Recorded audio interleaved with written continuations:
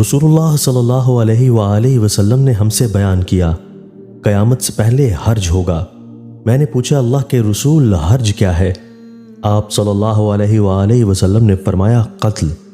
کچھ مسلمانوں نے عرض کیا، اللہ کے رسول، ہم تو اب بھی سال میں اتنے مشرکوں کو قتل کرتے ہیں۔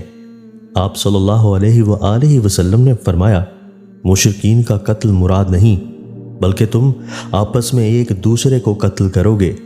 حالانکہ آدمی اپنے پڑوسی، اپنے چچا زاد بھائی اور قرابت داروں کو بھی قتل کرے گا۔ تو کچھ لوگوں نے عرض کیا، اللہ کے رسول، کیا اس وقت ہم لوگ عقل و ہوش میں ہوں گے کہ نہیں؟ آپ صلی اللہ علیہ وآلہ وسلم نے فرمایا، نہیں، بلکہ اس زمانہ کے اکثر لوگوں کی عقلیں سلب کر لی جائیں گی اور ان کی جگہ ایسے کمتر لوگ لے لیں گے جن کے پاس عقلیں نہیں ہوں گی۔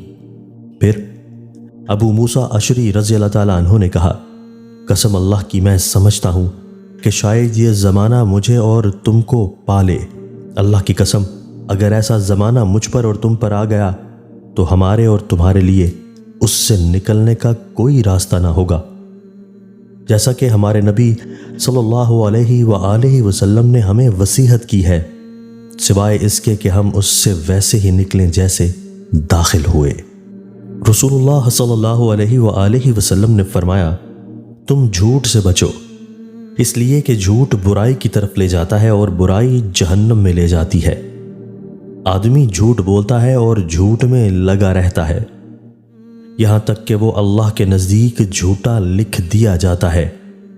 اور سچ بولنے کو لازم کر لو، اس لیے کہ سچ بھلائی اور نیکی کی طرف لے جاتا ہے اور نیکی جنت میں لے جاتی ہے۔